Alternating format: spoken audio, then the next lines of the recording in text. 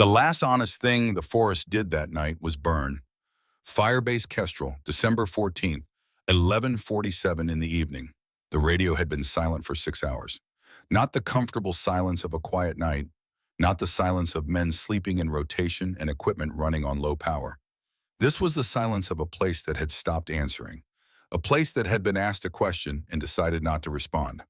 Sergeant First Class Kate Mercer had been standing watch for 11 minutes when she first smelled it. She had been in the field long enough to know the catalog of smells that a military outpost produced at night, the particular density of wood smoke from a fire that had been burning since Tuesday, the diesel exhaust from the generator running at the eastern edge of the compound, the cold mineral smell of the Bitterroot Range in December, which was unlike any other cold she had ever known, cleaner and older, and entirely indifferent to the people moving through it. This was different. This was the smell of something that was not supposed to burn. Resin and wall insulation, treated pine soaking in heat it was never designed to hold. The sharp, irreversible smell of a structure becoming something other than what it was built to be. She was already on her feet when the sound of breaking glass reached her from the direction of the bunkhouse. She moved. The outpost had no official name on any document she had seen before arriving. On the command maps it appeared as Firebase Kestrel, a cluster of structures carved into a shallow depression between two ridgelines in the Bitterroot Range of western Montana, accessible by a single logging road that became impassable after the first hard freeze of November. It was now December 14th. The road had been impassable for 3 weeks. Whoever came in by helicopter. Whoever went out the same way, or didn't go out at all. There were 7 of them. Kate had been here 12 days, long enough to learn every face by its shadows, long enough to know every set of footsteps by the sound it made on frozen ground at 2 in the morning, long enough to understand the geography of trust and suspicion that developed in any small group isolated long enough from everything else. She had not known until tonight how wrong that geography was. The bunkhouse was a rectangular structure of dark-stained pine logs 16 feet wide and 30 feet long, 2 windows on each long wall, and a single door at the southern end. Kate had been quartered there since arriving. She had noted without particular concern at the time that the door swung inward and could be barred fast from inside with a drop bar. But it could also be secured from outside with a padlock threaded through a heavy hasp. She was 30 feet away when she saw the padlock. It was in place. She stopped, put her hand flat on the pine surface of the door, and felt the heat already radiating through the wood like a slow pulse. Tested the drop bar from outside. It gave nothing. She stepped back and looked at the windows. Firelight was moving behind the glass of the nearest one, and the lower corners were beginning to bubble from the heat building beneath them. The facts of the situation arranged themselves in her mind with the cold clarity she brought to long-range ballistics. Someone had started the fire while she was on watch. The padlock had been secured from outside. She had been the only person in the bunkhouse. She looked toward the tree line. 2 figures stood at the edge of the pines, 60 meters distant, watching. Even at that distance, in the unsteady orange light of the burning structure, she recognized the taller one by the set of his shoulders. The slight forward lean that was almost a permanent feature of his posture after 25 years of carrying weight in places that didn't forgive poor form. Master Sergeant Daniel Cross, her team lead for 3 years. The man who had recommended her for this assignment. The man who had stood in a doorway in Idaho 4 years ago and walked into a firefight to pull her out of it without being asked, without hesitation, without making it into something that needed to be explained afterward. The shorter figure she recognized by the shape of the rifle slung at his side. Specialist Trent Holloway, the team's communications specialist, 26 years old, a young man who told bad jokes about the weather and had once held her hand without being asked when she received difficult news about someone she had lost. They were watching the fire. They were not moving. Kate stood between the burning bunkhouse and the 2 men she had trusted. She felt something in the architecture of her understanding shift and settle into a new configuration that was uglier and more permanent than anything she had believed before coming to this mountain. She had perhaps 4 seconds before one of them looked away from the fire and toward where she was standing. She moved, not toward the road, not toward the communications building or the equipment shed or any structure that would funnel her into predictable space. She went north along the back wall of the bunkhouse, where the shadow was deepest, angling toward the drainage channel that ran along the base of the western ridgeline. The channel was 3 feet deep and choked with frozen brush, invisible from 30 meters in daylight and invisible from 3 meters in this darkness. She dropped into it without slowing. Behind her, the bunkhouse roof began to go. 200 meters up the western slope. Moving through snow-loaded spruce boughs that bent and released their weight in soft, muffled collapses around her. She had her rifle. She had the sidearm and the drop holster on her right thigh. She had the knife at her left hip. She had the survival kit she kept strapped to her body during every watch rotation, a habit developed after a forward operating base in Idaho had been overrun without warning, leaving her with nothing but what she carried. Her left shoulder had struck the frozen ground hard when she tumbled out of the drainage channel onto the slope beyond. She could feel the joint working poorly, not dislocated, strained in a way that would stiffen badly within the hour. Her right forearm had taken a burn across it during those seconds when she had braced against the wall of the bunkhouse, searching for angles. 6 inches long, already past the stage of acute pain and settling into a deep continuous presence she could either attend to or set aside. She set it aside. At 240 meters of elevation, she found a natural shelf of granite that overhung enough to provide cover from above. She stopped, controlled her breathing, and listened. The wind moved through the canopy with a sound like distant water. Something moved through the brush 40 meters to her right. From below came the muted sound of voices, too distorted by distance to parse into words. She pressed herself against the granite and waited for full dark to return to the forest now that the fire was dying. She pressed cold snow against the burn on her forearm. She breathed slowly and with discipline. And she thought about Idaho, 4 years earlier, a forward operating base in the mountains outside of Chalice. The attack had come at 0340 on a Tuesday in March, which was the kind of detail that stayed with a person not because of the numbers, but because of the way the mind locked on to ordinary information when everything else was chaos. Kate had been in the secondary communications room when the perimeter went. She had her rifle and she had a vest, and she had approximately 11 seconds between the sound of the first breach and the moment the door to her room opened from outside. It was Cross who opened it. Not because he had been assigned to her location. Not because anyone had told him to. He had simply looked at the layout of the base, looked at the direction of the breach, and calculated where the people he was responsible for would be most exposed. He came through the door moving low and fast, and he said exactly 2 words. With me. They had moved through 3 corridors and 1 open courtyard under fire. Cross had positioned himself between Kate and the direction most likely to produce incoming rounds each time. Not performing it, not making it a gesture, simply doing the math of the situation and placing his body accordingly, the way a man did something when it had become reflex rather than decision. Afterward, when the count had been taken and the reports were being written, someone had asked Cross why he had gone to the secondary communications room first instead of the armory. He had looked at the person asking as though the question were genuinely puzzling. Because that's where Mercer was, he said. Kate had been standing close enough to hear. She had carried it for 4 years as the clearest definition she knew of what the word trustworthy actually meant when you stripped away everything it was used to mean in context that cost nothing.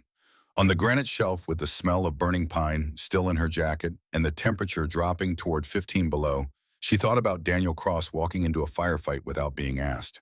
And she thought about Daniel Cross standing 60 meters from a burning building with a padlock on the door watching, not moving. The 2 images would not resolve. They sat beside each other in her mind like objects that did not belong in the same room.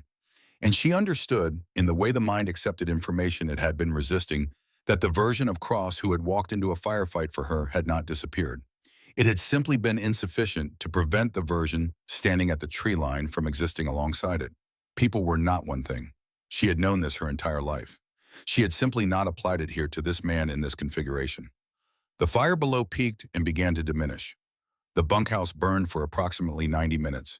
She knew this because she tracked the orange glow fading from the underside of the cloud cover above the ridgeline. A slow extinction sector by sector as the structure collapsed into its own footprint and the fuel load diminished. She did not sleep. She moved twice during the night following the granite shelf northward for roughly 200 meters, then cutting east along a secondary drainage until she found a position that gave her a clear sight line to both the access road and the area around the communications building. She settled in, pulled the thermal blanket from her survival kit, and wrapped herself with the reflective side inward to minimize her infrared signature. Packed snow around the outer edges of her position until it looked from any angle beyond 60 meters like an undifferentiated feature of the slope. Through the scope, she could observe the burned footprint of the bunkhouse still faintly smoking in the cold air.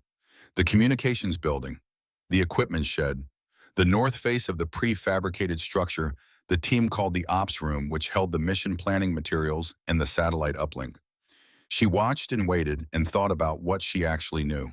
12 days ago, Kate had been briefed on a private military contractor called Apex Resource Group. Apex held a federal extraction license for the Bitterroot region. The license covered a preliminary survey for rare earth mineral deposits. The team's mission was straightforward: observe and catalog. Personnel, vehicles, communication patterns. No engagement, strictly eyes. She had been recruited for this assignment by Cross himself. She had felt the satisfaction of being chosen by someone she respected for something that would be difficult. 8 days into the observation cycle, Corporal Leland Webb had found her during a watch change and stood close enough to speak below the wind. "Someone is selling our position logs. 3 repositions. Every time we moved, they moved first. It's not coincidence."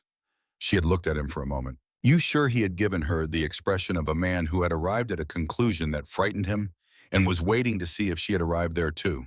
She had not. Not then. On the granite shelf, with the wind cutting through her jacket and the burn on her forearm throbbing in slow pulses, she arrived there now. Cross had recruited her. Cross had briefed her. Cross had designed the observation rotation that put her in the bunkhouse alone during the late watch. Cross had known she would be alone, and Cross had understood that Kate Mercer could not simply be reassigned or neutralized through any means that left a clean record. She was too documented, too decorated. Her disappearance, if it looked like operational loss in a remote location, would close faster and cleaner than her disappearance, if it looked like something deliberate. Fire in a remote outpost. Everyone assumed dead, no body to recover because the fire had destroyed the evidence. Except she was not dead. She pulled the survival radio from her kit and looked at it for a long moment. Then she put it back. Any transmission she sent would be monitored by Holloway, whose entire function was communications. And if Cross had the resources to burn a firebase and stand at the tree line watching it, he had the resources to intercept a distress call and neutralize the response before it reached anyone she could trust. She needed to think about this differently. She was not waiting for rescue. She was conducting an operation. The parameters were simple in the way that very few things were simple. Not easy, but clean and free of ambiguity. Cross had decided she was a liability and moved to eliminate her. He had been wrong about one thing, and that one thing changed every calculation that followed. She was alive. She was armed. She knew this ridgeline better than anyone in the outpost below because she had spent 11 of her 12 days here studying it from the ground up. Every drainage channel and rock formation and sightline. Not because she had been told to, because she was the kind of person who studied terrain the way other people read weather as a matter of survival arithmetic, so deeply ingrained it had stopped feeling like a choice. Cross was down there with remaining personnel. Holloway and whoever else among the 7 was complicit and whoever was not. She did not yet know which of the 5 were which. She would find out. Dawn came with the reluctance of a December morning at elevation. Not a brightening so much as a slow transition from one kind of darkness to another. The deep black of night giving way to a pewter gray that offered no warmth and promised nothing. At 6:13 in the morning, she observed her first movement through the scope. A figure emerged from the ops room, moving toward the burned footprint of the bunkhouse. Medium height, heavy jacket. He stopped at the edge of the burned area and stood there. When he turned slightly, she identified him by the angle of his jaw and the way he held his weight. Trent Holloway. He was carrying a tablet, making notes. He made a slow circuit of the burn site, stopped once to photograph something on the ground, then returned to the ops room. The door closed. Kate lay still and considered what she had seen. He was documenting the burn, not with the body language of someone cataloging a tragedy, with the body language of someone completing a task. She had spent enough years watching people through scopes to know the difference between grief and administration. Holloway was doing administration. At 6:41, Cross appeared, moving from the ops room toward the equipment shed with the unhurried authority of a man who did not believe himself to be in danger. He was wrong about that. She settled the crosshairs on the space between his shoulders and breathed.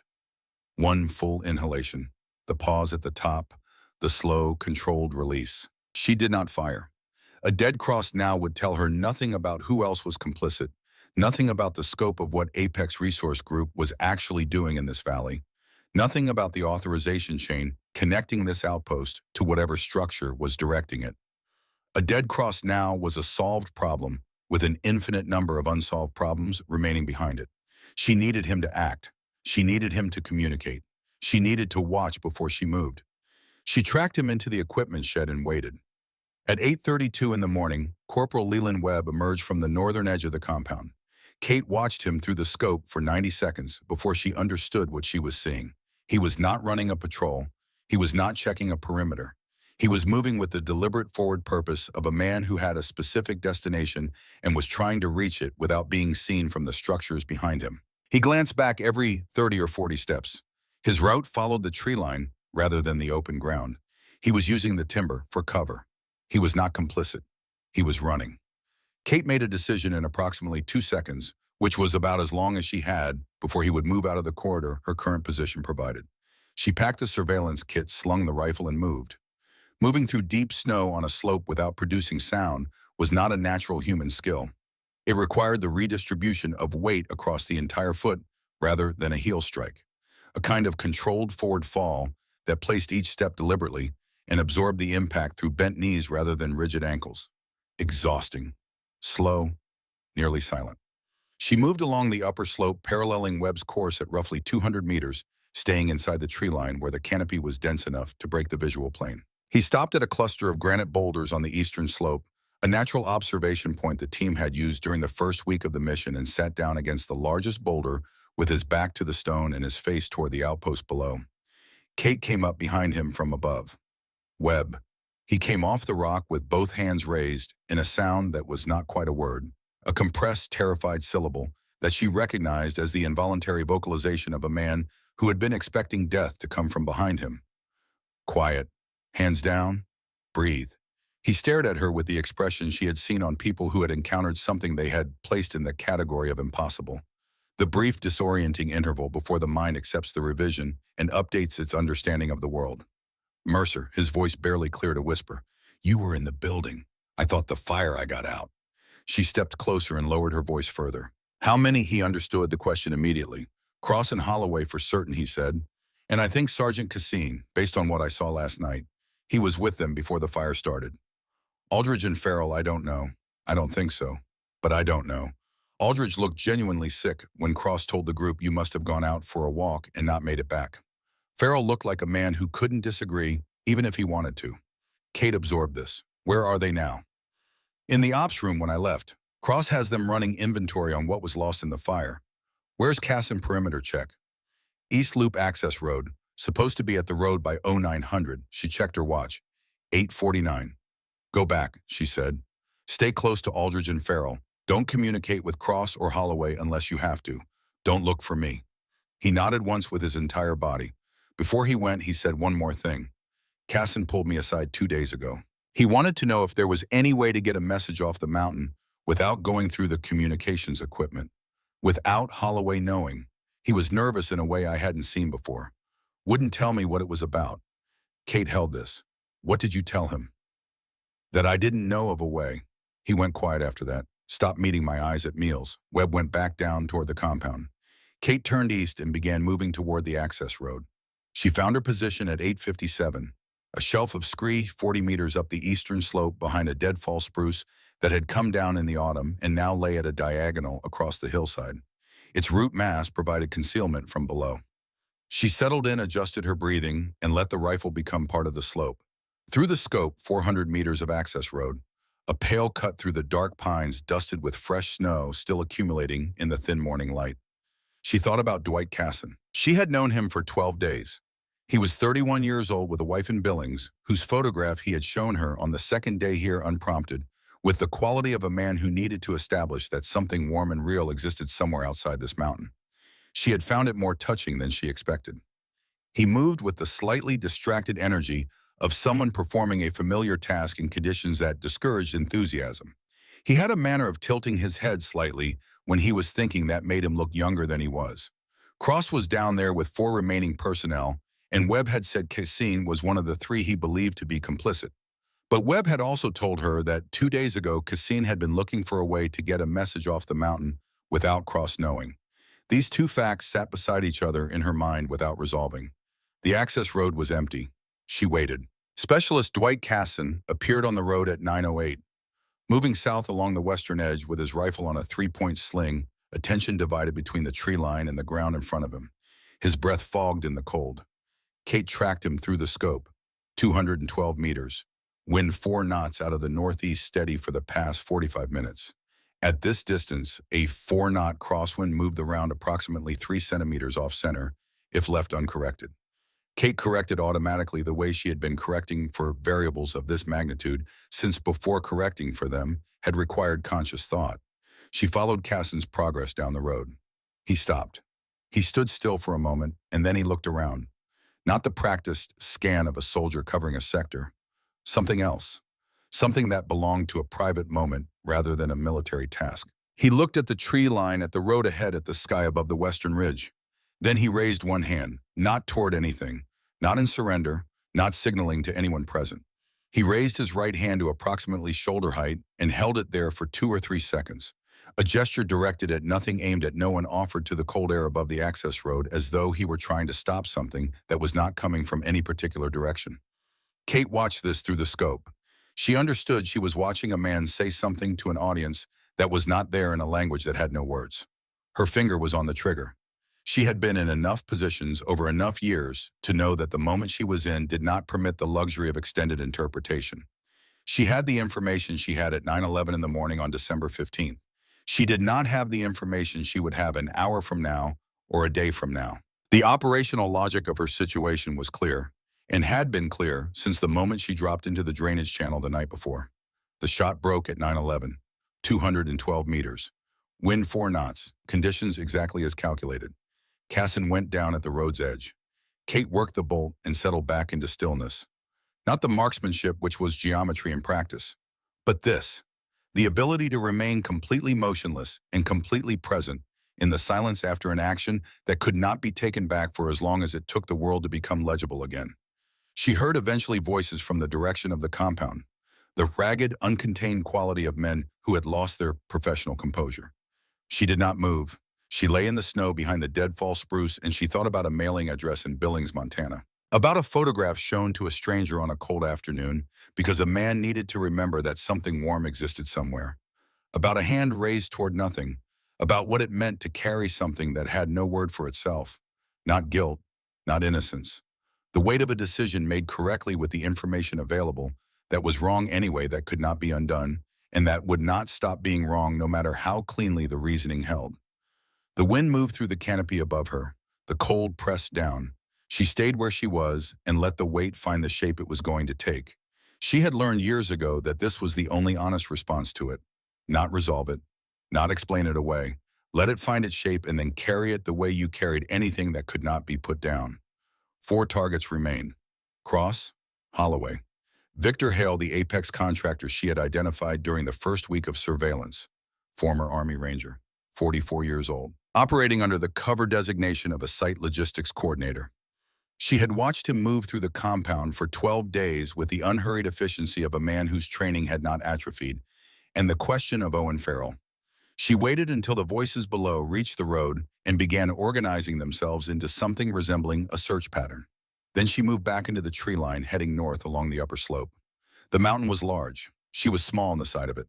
But she had been here 12 days, and she had spent every one of those days studying this terrain the way she studied everything she might need to survive. And survival, she had learned long ago, was not about being the strongest or the fastest or the most capable in any absolute sense.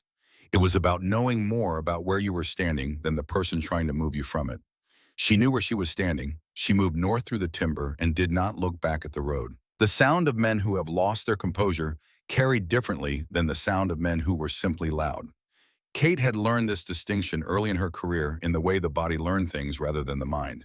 There was the controlled noise of a unit executing a plan, under pressure, voices, clipped and purposeful movement organized by training into something that resembled geometry even when the geometry was wrong. And then there was the other thing, the ragged, uncontained quality of voices that had stopped being professional and started being frightened. The sound of a group of people discovering that the situation they were managing had become a situation that was managing them. From 200 meters up the eastern slope, moving through the first row of timber below the ridgeline crest, Kate could hear both kinds of sound and the voices rising from the access road. Cross was still professional. She could distinguish his voice by its flatness, its refusal to admit register. Holloway was not. There was something in Holloway's voice that had slipped past the boundary of control into territory where the vocal cords simply reported what the nervous system was doing rather than what the brain had authorized. She did not stop to listen. She had already extracted what she needed from the acoustic environment below. The search pattern they were establishing would cover the access road and the lower eastern slope first. They would not expect her to move upslope and north. They would expect, if they expected anything at all, that she had gone for the logging road, that she was trying to get out. They were wrong about that too. By 10:40 in the morning, she had established a new position on the western slope, 320 meters above the compound, on a shelf of granite behind a dense cluster of Engelmann spruce that had grown together closely enough to create a natural blind from below. She could observe the ops room, the communications building, and the narrow gap between them where the covered walkway connected the two structures. She could also observe Nora Aldridge. Aldridge had come out of the ops room at 10:15. She walked slowly toward the burned footprint of the bunkhouse, stopped twice without apparent reason, and crouched at the edge of the burned area. She stayed there for a long time, not examining anything, not cataloging, just crouching at the edge of what the fire had left and looking at it with the stillness of a person trying to process something the mind was not yet ready to organize into its proper shape. Kate watched this from 320 meters with the scope and with the specific understanding that came from having experienced the same thing herself in different configurations. Aldridge was in the interval before the architecture of grief had been built, before the mind had taken the raw material of a terrible fact and constructed around it the understanding that eventually made it possible to continue. She carried it the way innocent people carried loss, with the full weight distributed across the entire body. Nothing managed, nothing contained. The complicit did not grieve like that. The complicit were too occupied with the mechanics of what they had done to surrender completely to the mass of the consequence.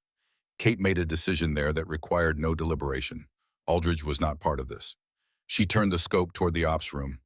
Through the narrow gap of the doorway, she could see Lieutenant Owen Farrell seated at the central table, not moving, just sitting. The posture of a man who had been asked to wait and was discovering that waiting under these circumstances required a kind of endurance that the body was not designed to sustain indefinitely.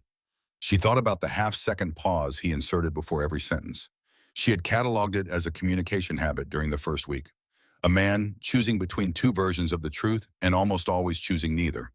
She had read it as caution. She was beginning to read it differently.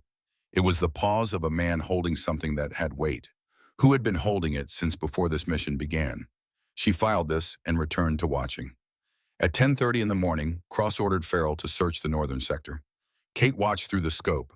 Cross stood in the ops room doorway and said something. Farrell stood, adjusted his jacket, picked up his rifle, and moved in the direction of the northern perimeter. Kate shifted position to maintain the sight line. She watched him for 18 minutes. At the first bend in the northern perimeter path where the trail curved toward a stand of lodgepole pine that provided natural concealment from the ops room windows, Farrell's pace dropped to approximately 70% of what it had been on the open ground. His route through the northern sector looked from a distance like a standard perimeter search. It was not. Kate had walked that sector herself 4 times in the 12 days. She knew where the ground showed disturbance easiest, where snow compacted under weight, in a way that held a track for hours, which angles of approach would reveal recent movement and which would not. Farrell was covering the sector in precisely the configuration that would miss all of it, not randomly, with a specificity that could only exist if the person conducting it knew exactly what they were trying not to find. 20 minutes in, his radio crackled, Cross asking for a status report. Farrell's voice came back flat and even. Nothing to find up here. Kate held the scope on him as he said it. She watched the way his body held the radio, the way his chin dropped slightly after the transmission ended, the way he stood for a moment in the lodgepole timber before turning back toward the compound. She had seen that posture before on different people in different places. The posture of a man who had just done something he did not believe in and who was absorbing the weight of having done it again. Webb had told her that Apex had approached Farrell before the mission began, that they had something on him from a previous deployment, something small enough to be survivable in ordinary circumstances, large enough to be devastating in the right hands. She did not need to know the specific nature of it. The mechanism was the same regardless of the particulars. You found the thing a person could not afford to lose, and you made it contingent on their cooperation, and then you called it an arrangement and waited for the arrangement to compound itself into something that no longer required maintenance because the person inside it had lost the ability to imagine an alternative. Farrell had not killed anyone, had not planned anything, had not been the architect of what happened in the bunkhouse. But he had known, and he had been here inside the knowledge for 9 days before the fire, and he had said nothing. Kate watched him walk back toward the ops room. She thought about the line between the man who held the match and the man who stood at the window and said nothing and told himself he had no choice. She had spent enough time in enough difficult places to know that line was rarely as clean as people who had never been near it believed it to be. But she also knew that clean or not the line existed. It always did. She turned the scope north and began thinking about the afternoon. At 12:15, the storm arrived. It did not announce itself. Kate had noted the cloud formations to the northwest during the early morning hours, the stacking and density that in this range typically preceded a front moving through. She had noted it and then returned her attention to the compound and the people within it, and by the time the wind doubled in speed and shifted direction from northeast to northwest, she had been too focused on other information to have acted on what the sky had been telling her. The temperature dropped 4 degrees in 30 minutes.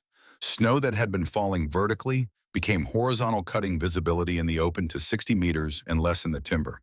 The old growth above the compound began to speak in long, articulate creaking under lateral load.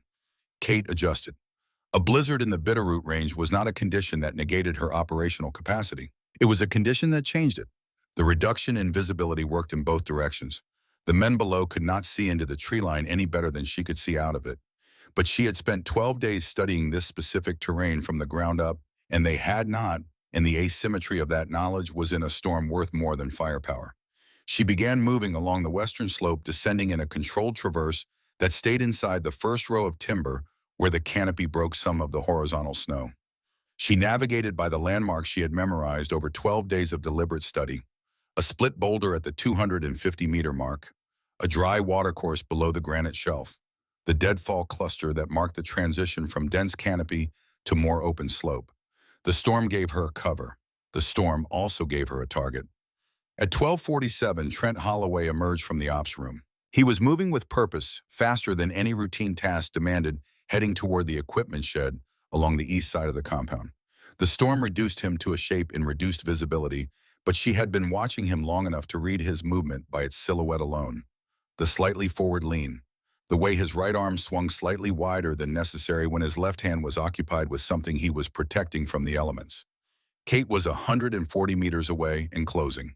Using the noise of the storm as cover for movement she could not have made in quieter conditions, she worked down the slope and found a position behind a granite outcropping at the edge of the tree line that gave her a clear angle across the open ground between the ops room and the equipment shed. The wind was strong and variable, gusting in ways that changed the ballistic calculation, continuously shifting the effective point of impact in increments that needed to be read in real time rather than calculated in advance.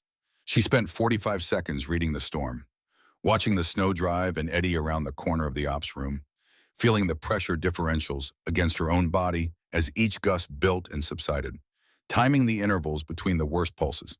There was a rough periodicity in the gusts, not a steady rhythm, but a pattern with enough regularity to work with. 12 to 15 seconds between the peaks of the strongest sequences, a lull of 3 to 4 seconds at the bottom of each cycle. She identified the next lull by the feel of the pressure against her left cheek and the sound of the wind in the canopy above dropping half a register. She fired during the lull.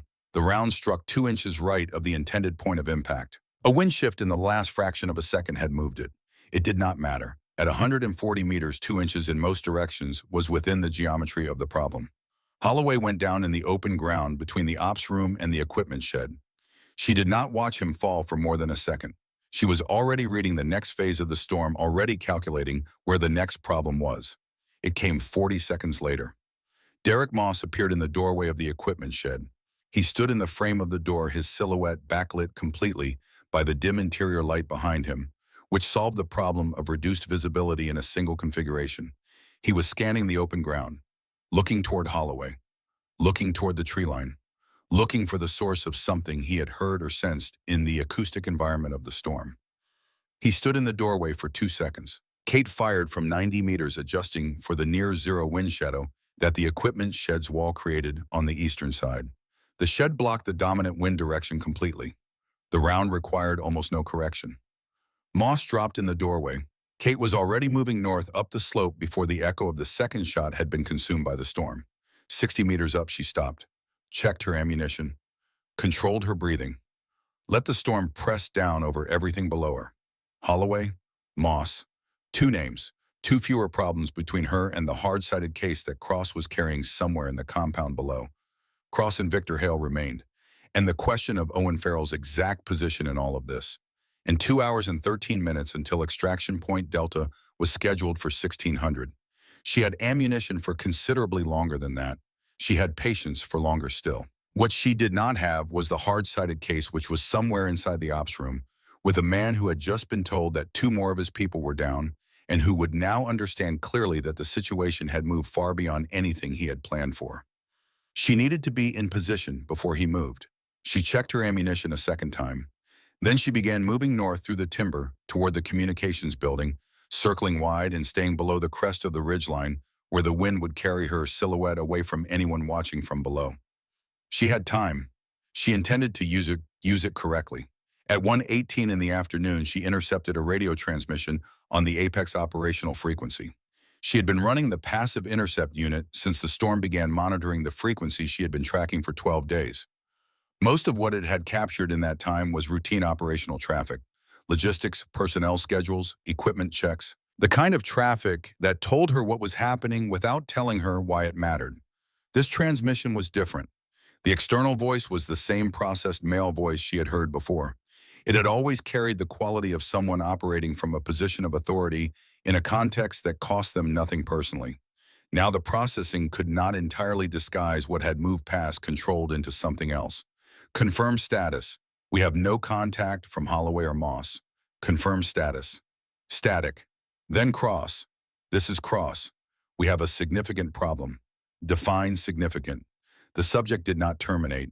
She is currently active. We have lost Cass and Holloway and Moss. A silence on the frequency that lasted long enough that Kate began to wonder if the connection had dropped. Then quietly, with a precision that was more unsettling than anger would have been, how is that possible? She got out of the building. Another silence shorter. Cross. The extraction cannot be compromised. The licensing renewal is contingent on this site being clean. The authorization in Washington depends on a clean preliminary survey. If this unravels, I understand what's at stake. His voice had changed. She heard it and filed it. Something had shifted beneath the words, a quality she could not name precisely but recognized. I will handle it. You said that 12 hours ago. The frequency went to static. Kate lay in the snow on the upper slope and turned this over. She thought about what she had heard. Washington, authorization at the federal level, a licensing renewal contingent on a clean site. She thought about what Apex Resource Group was doing in the Bitterroot Valley under a federal extraction license. The stated purpose was a preliminary survey for rare earth mineral deposits. The extraction rights beneath this valley represented approximately $4 billion over a 20-year cycle. The federal license that would make those rights actionable required a preliminary survey that came back with the right results. The survey would come back with the right results because the people producing it were the same people who would benefit from those results. That was the structure of the thing on the operational end. Clean, circular, dependent on no one asking the wrong questions. But there was a layer above that structure. Someone in Washington who had moved the necessary authorizations through the necessary channels.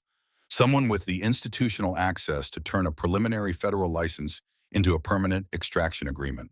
The information in Cross's hard-sided case connected that name to everything that had happened in this valley. She added this to what she was carrying and began moving north. At 1:47, 4 figures converged on the open ground near the access road. Kate observed them from a position on the upper eastern ridgeline, the scope steady. The storm was easing slightly, visibility extending to perhaps 80 meters in the open. She identified them. Cross. Hale moving with the efficiency of someone calculating options and not yet settling on one.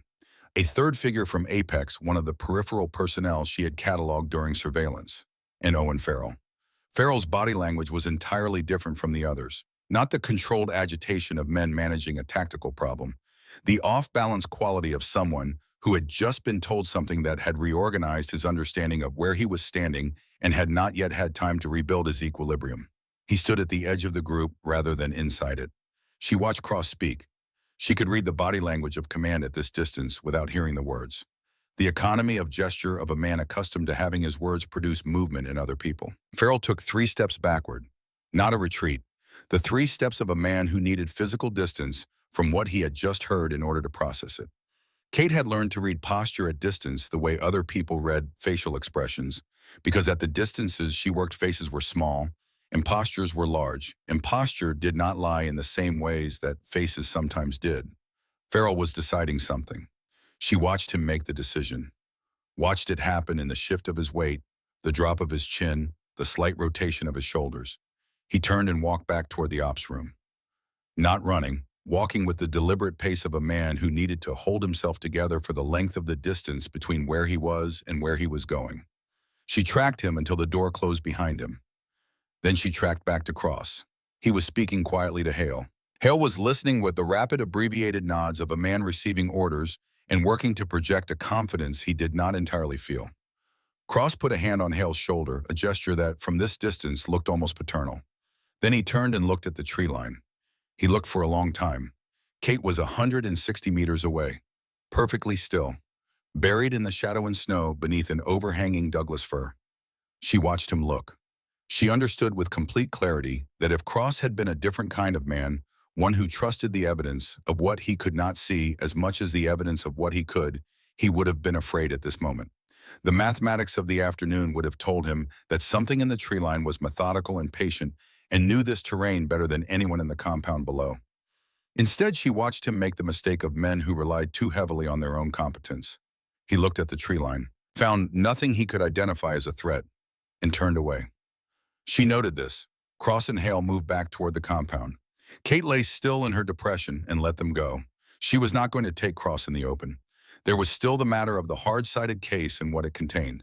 A dead Cross in the snow outside the ops room solved one problem and potentially destroyed the only physical evidence connecting Apex Resource Group to the authorization chain that ran from this valley to a federal office in Washington. She needed the case. To get the case intact, she needed Cross in an enclosed space where the geometry of the situation was confined enough to reduce his options to something she could manage. She thought about the layout of the communications building. The narrow horizontal window on the north face with the hinged corner that had been warped since day 3. The covered walkway connecting it to the ops room, which Cross would use when he moved toward Extraction Point Delta, because any man who had survived 25 years of operational service would not walk through the open ground where 3 of his people had been shot inside of 6 hours. He would use the walkway. She knew when he would use it. She knew where she would be when he did. She began moving north along the upper slope, circling wide through the timber toward the north side of the communications building. The afternoon light was beginning to fail the pewter sky, darkening at its edges, towards something closer to charcoal. In an hour, the temperature would drop another 6 degrees. In 2 hours, the storm would either peak or diminish, and the window for the extraction at Delta would open or close depending on which one it did. Kate moved through the timber and did not rush. Rushing was for people who had not already decided where they were going to be and how long they were willing to stay there. She had decided. She had the patience for it. She had been doing this for 14 years. The north wall of this communications building was 12 feet of cold-pressed machine over a frame of steel studs, and it held the temperature of the air around it, the way stone held cold completely and without negotiation. Kate approached it from the northwest, coming down through the drainage she had mapped on day 4, staying below the ridgeline until the last 80 meters where the canopy thinned and she needed to move in the open. She was 40 meters from the north wall when she heard movement at the southeast corner of the equipment shed. Not the sound of a man performing a task. The sound of a man trying not to be heard performing a task, which was a different sound entirely. Compressed and careful and betrayed by the quality of effort that silence required, when the person attempting it was afraid. She stopped. The figure came around the corner of the equipment shed, moving fast and low, a hard-sided case under his right arm and a pack over his left shoulder. He was moving northwest, which was the direction of the northern access trail, which connected after 600 meters to the secondary logging road running along the upper eastern valley. The road that did not appear on the command maps, but that a man with 12 days of operational presence in this valley and a reason to leave it without using the primary extraction point would know existed. Victor Hale, 44 years old, former Army Ranger, current Senior Logistics Coordinator for Apex Resource Group, which was the title on the cover documentation, and bore approximately the same relationship to his actual function as the title site surveyor bore to the 3 Apex personnel who had spent 12 days in this valley documenting the precise mineral composition of the ground beneath it. He was 8 meters from the tree line when Kate stepped out of it. He stopped. The hard case swung forward from the momentum of his aborted movement, and he caught it against his body. His eyes went from her face to the rifle and back to her face with the rapid assessment of a man whose training was telling him to calculate and whose nervous system was telling him something that overrode the calculation. He had been a ranger. He understood geometry. He understood the geometry of this particular configuration, which was a woman with a rifle at 12 meters in open ground with nothing between them. He set the case down. The motion was slow and deliberate and communicated everything it needed to communicate about his decision. Hands, Kate said. He raised them.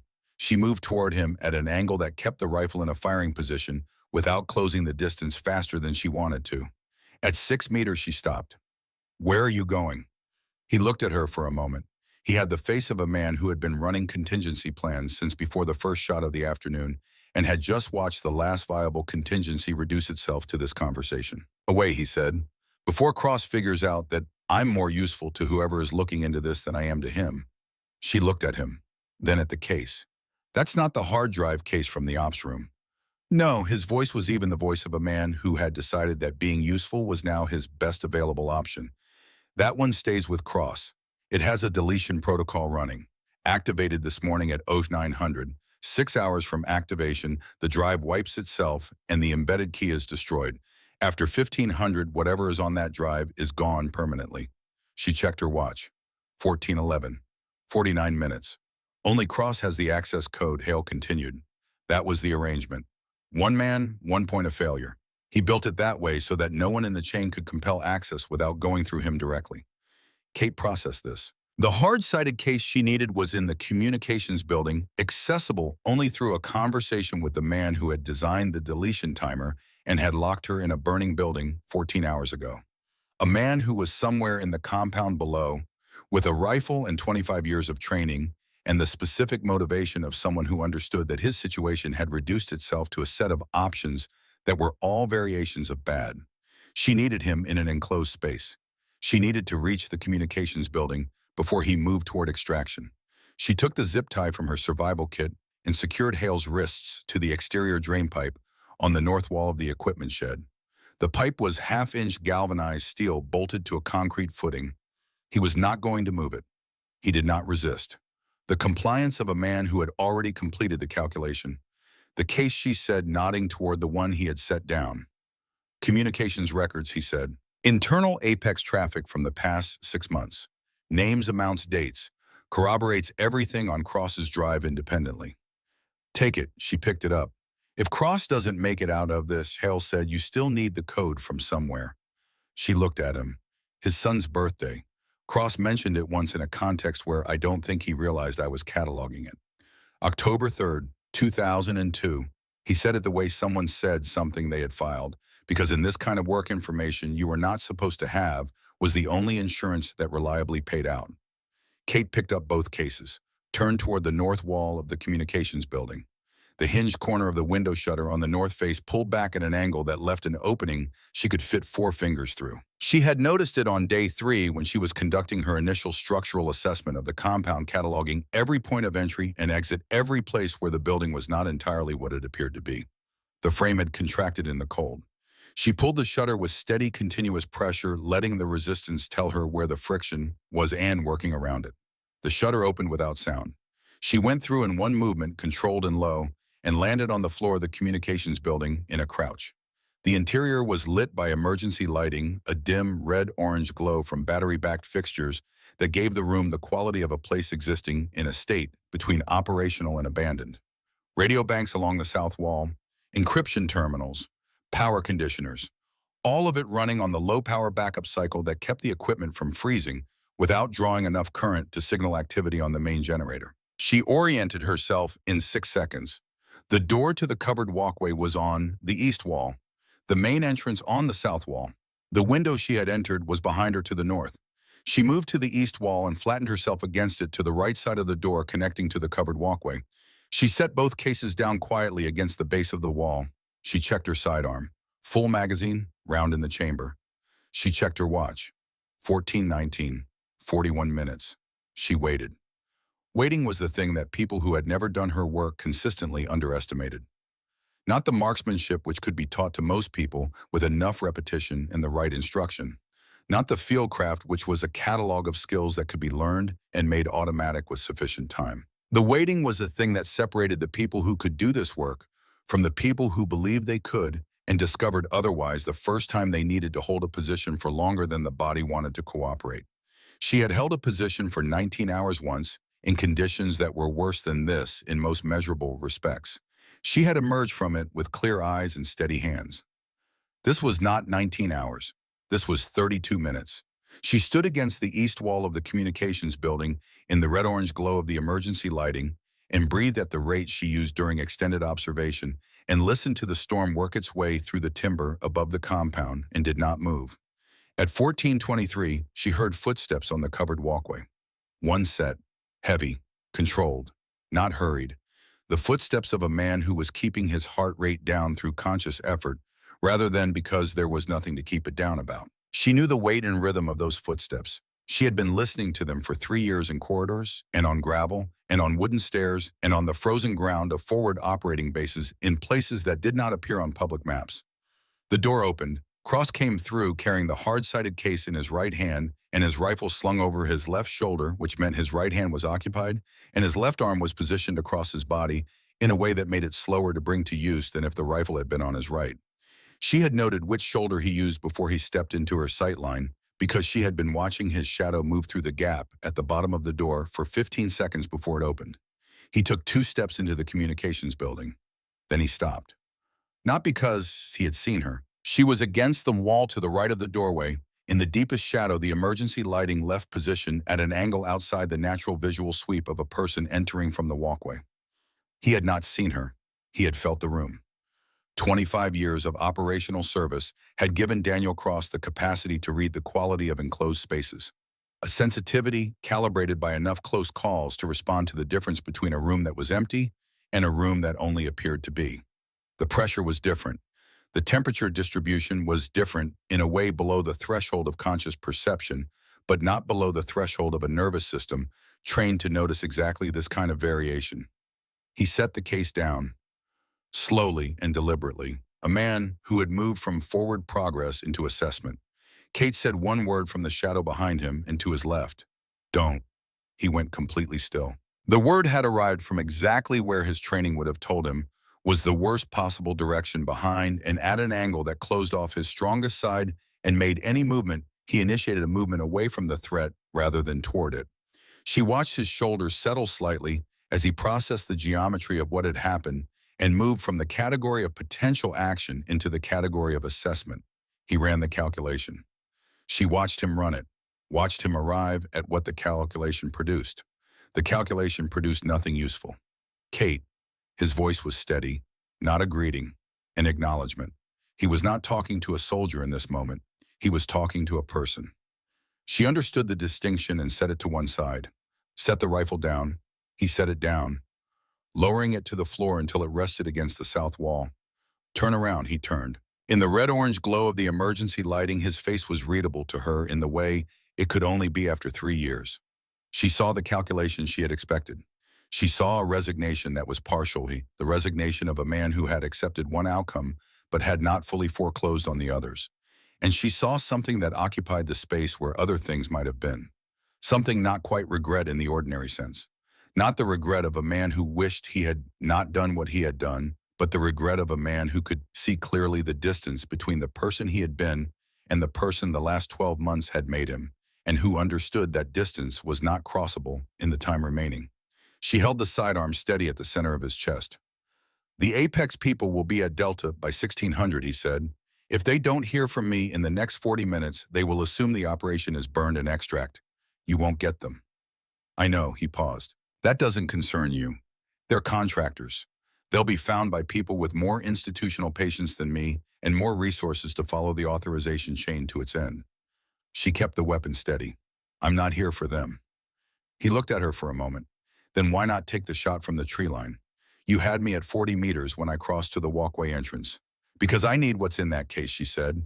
And I need it intact. And there's a timer running that only you can stop. Something shifted in his expression. Not surprise. The expression of a man who had built a mechanism specifically so it could not be bypassed and who was now standing in front of the one person who had found the only way around it. The deletion protocol, he said. Activated at 0900, she said. 40 minutes left. He looked at her for a long moment. Then he told her. The federal survey data. Complete.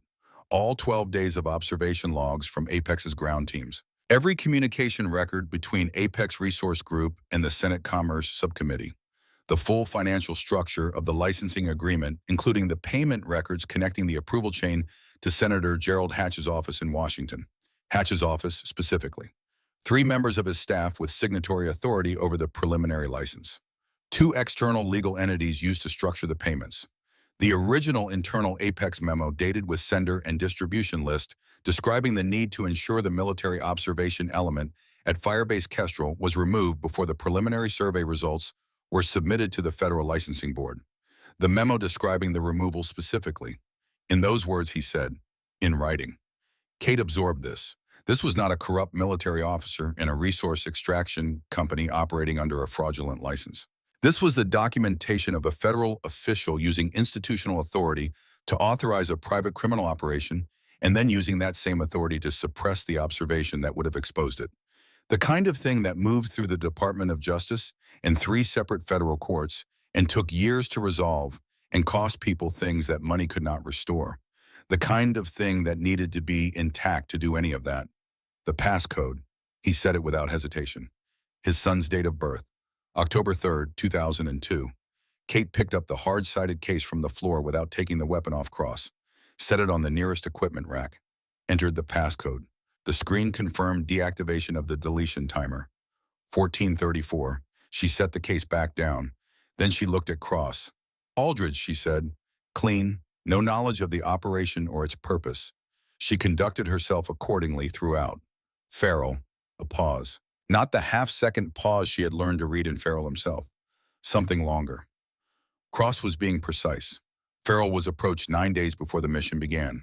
Apex had documentation of a financial irregularity from a previous deployment, small in absolute terms, sufficient to end his career if disclosed. He was given a choice that was not genuinely a choice, and he made the only decision the situation permitted him. He was never briefed on the full operational plan. He did not know about the fire in advance. And Webb. Cross looked at her with the expression of a man choosing how to say the next thing. Webb is a good man, he said. He did everything right, everything he was supposed to do. He stopped. Something was changing in his breathing. The shallow, controlled rhythm of a man managing a significant wound through discipline rather than panic. A man who had been around enough serious injury to know that panic accelerated the thing he was trying to slow down. She had been watching for this since the shot. Kate, he said. She waited. The window, the one on the west wall of the bunkhouse. He stopped. Took a breath that cost him more than it should have. I noticed it on day 3. The frame had contracted in the cold. There was a gap at the lower left corner, the width of a hand. The foam insulation was in the equipment shed. I could have sealed it in 5 minutes. He looked at her. I didn't seal it. Kate stood in the emergency lighting of the communications building and looked at Daniel Cross. The man who had recruited her and trained her and walked into a firefight without being asked and then designed a rotation schedule that left her alone in a burning building. Who had set a timer on the only evidence that could hold the people behind this accountable and then given her the code to that timer in the first 30 seconds of the conversation? Who had noticed a gap in a window frame on day 3 and chosen not to fill it and carried that choice for 11 days without saying anything to anyone? She thought about what it cost to leave something open when it would have been easier and safer and strategically simpler to close it. Not the small cost of 5 minutes in a can of foam insulation. The other cost. The cost of admitting in the only language available to a man who could not say it in words that he was not fully willing to follow the decision he had made to its logical end. That there was a version of this he could accept and a version he could not, and the version he could not was the one where she never had a chance at all. It was not redemption. She understood that clearly and without sentiment.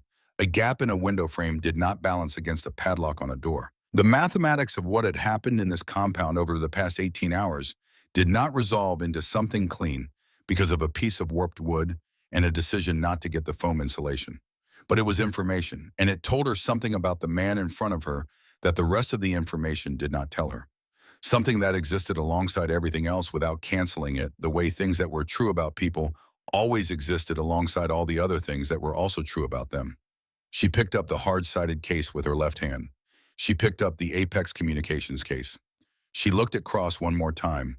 He was sitting with his back against the radio bank and his legs in front of him on the metal grid floor, his hands still in the position they had been in since she told him to put them down, breathing in the shallow rhythm of a man doing what he could with what remained.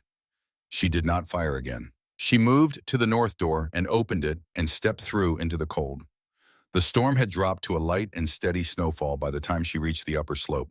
She climbed to the granite shelf above the compound and sat down with the rifle across her knees and both cases beside her, and she looked at the valley below.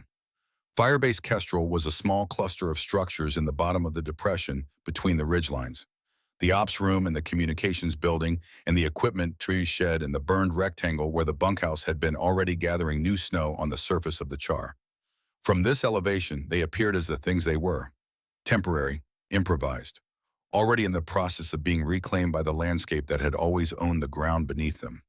She thought about the shape of the day, about Holloway and Moss lying in the open ground between the buildings, about Dwight Casson at the edge of the access road with a mailing address in Billings, and a photograph of his wife and a number she had given to the right person so that a letter could eventually be sent that no letter was adequate to send. About Victor Hale secured to a drain pipe waiting. About Owen Farrell somewhere in the compound below, carrying 9 days of silence that he would be carrying for a great deal longer than 9 days before the institutional processes that handled these things were finished with him. At 15:30, she used the passive radio unit to establish one-way contact with Webb. His voice came back quiet and steady. "We're in the comms building, all three of us, armed, doors barricaded, waiting." She told him the situation was contained. She told him to stay inside with Aldridge and Farrell and keep the door barricaded until the weather cleared for extraction. She told him there was a man secured to the drain pipe on the north side of the equipment shed who needed to be watched from a distance until someone came to deal with him properly. She did not tell him about Cross. That information would find its proper form in a secure room in Missoula in the morning, with the right people present and the documentation on a table between them. Her job was to deliver it intact. At 1700, the storm peaked and began to diminish. She could see it happening above the western ridge, the cloud mass breaking in a long horizontal seam that admitted a narrow band of winter light. Not warm, not comforting, simply genuine, the light of something that existed regardless of what was happening beneath it. She picked up the survival radio. "This is Sergeant First Class Kate Mercer, Firebase Kestrel, Bitterroot Range, Montana. I have a confirmed hostile action against a United States military reconnaissance element. I have 3 surviving friendlies in the communications building. I have confirmed casualties. I have materials of significant intelligence value.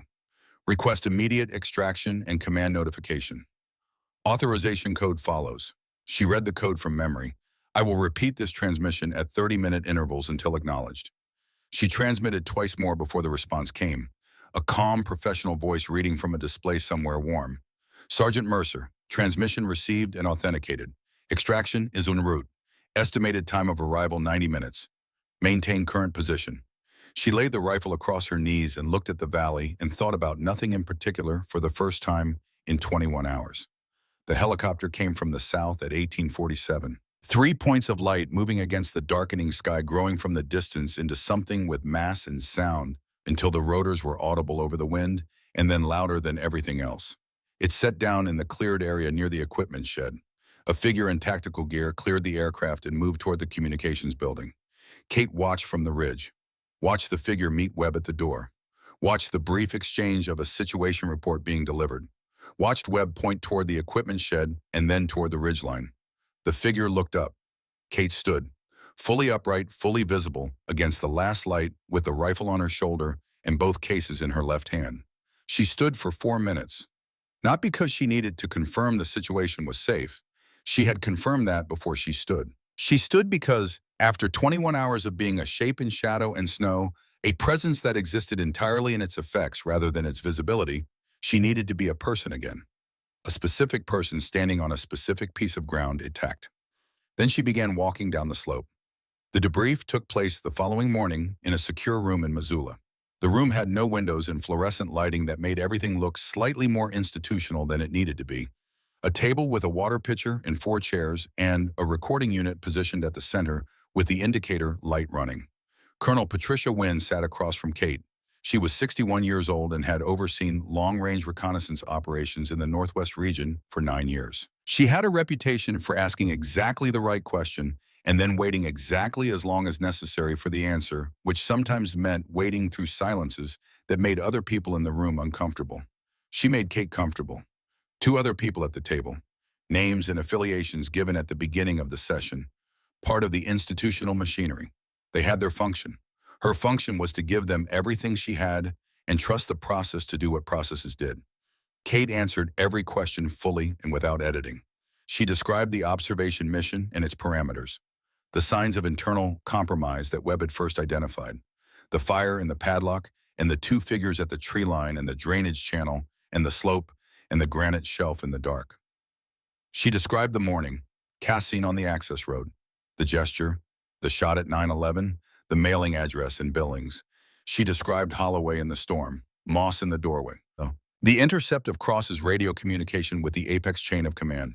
She described finding Hale behind the equipment shed, the deletion timer, the zip tie on the drain pipe, and the code she had already known. She described the communications building, the sidearm, the conversation, the passcode, and the timer, and what the hard-sided case contained. She described the decision she made when she walked out the north door. Wynn listened without interruption. When Kate finished, Wynn looked at her with the expression of someone taking the measure of a thing before deciding what to say about it. The extraction unit found Cross alive, she said, transported to a hospital in Spokane, currently in surgical recovery. His initial statements corroborate the documentary record in both cases. Kate received this without visible reaction. The authorization chain, Wynn continued, runs in the direction the documentation describes. 6 individuals with direct financial relationships to Apex Resource Group. 3 with signatory authority over the federal licensing mechanism.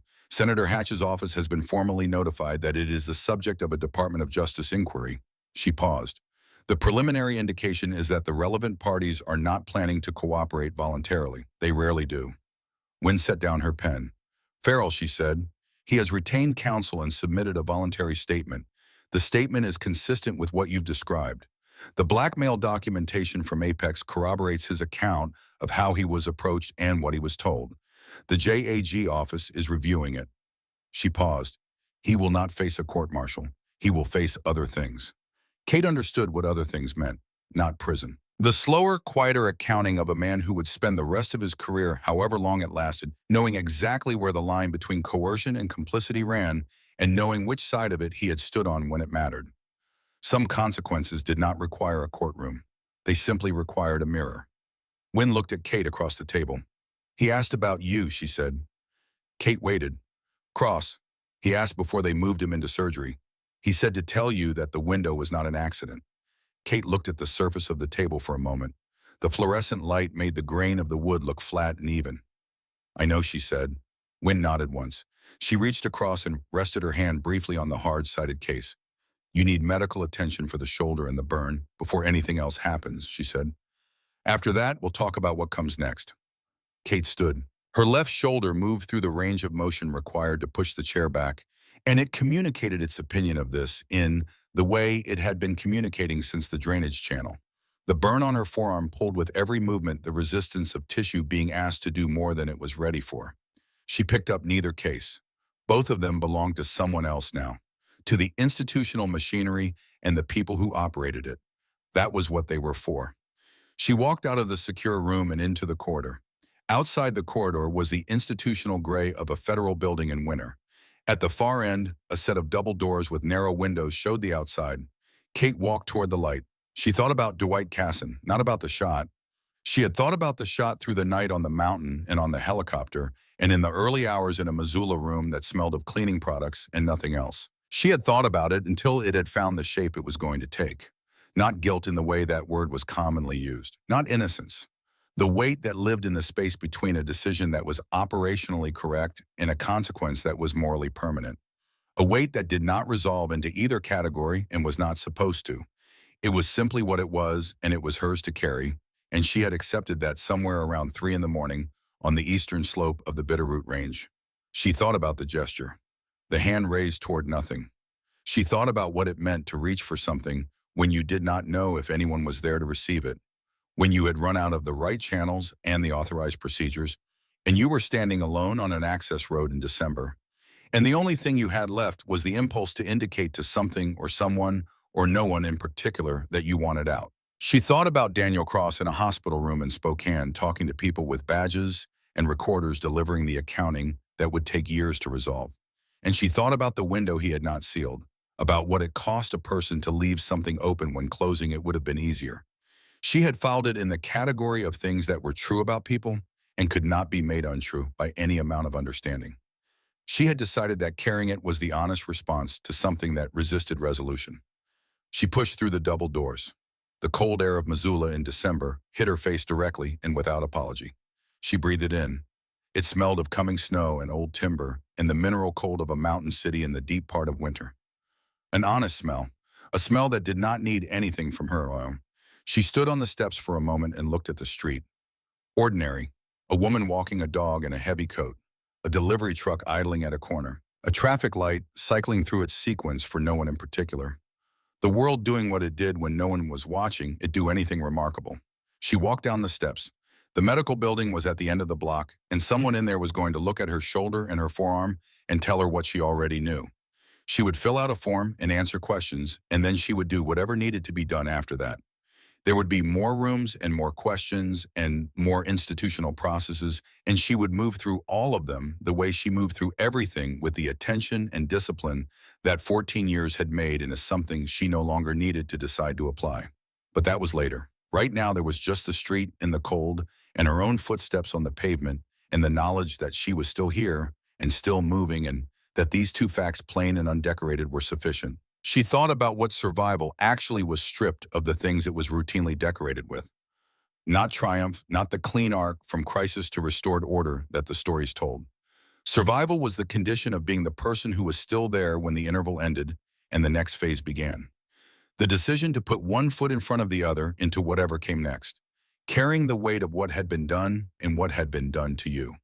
Moving forward, not because forward was better, not because the path was clear, but because stopping was the one thing she had never known how to do. She reached the end of the block and turned north. Behind her on the other side of the mountains, she had come down from the snow continued to fall, not covering anything, not erasing anything, simply falling the way snow fell because the conditions that produced it existed and it had no opinion about what lay beneath it. The access road, the cleared ground of the compound, the burned rectangle, the paths between structures that were already softening at their edges, already beginning to belong again to the landscape that had always owned them. In a week, if no one came to maintain the structures, they would begin to look like features rather than intrusions. In a season, the perimeter would be indistinguishable from the surrounding timber. In a decade, there would be nothing left but a slight depression in the earth, and the tree line would have taken back several feet of clearance on every side, and the mountain would look exactly as it had looked before anyone decided to build anything on it.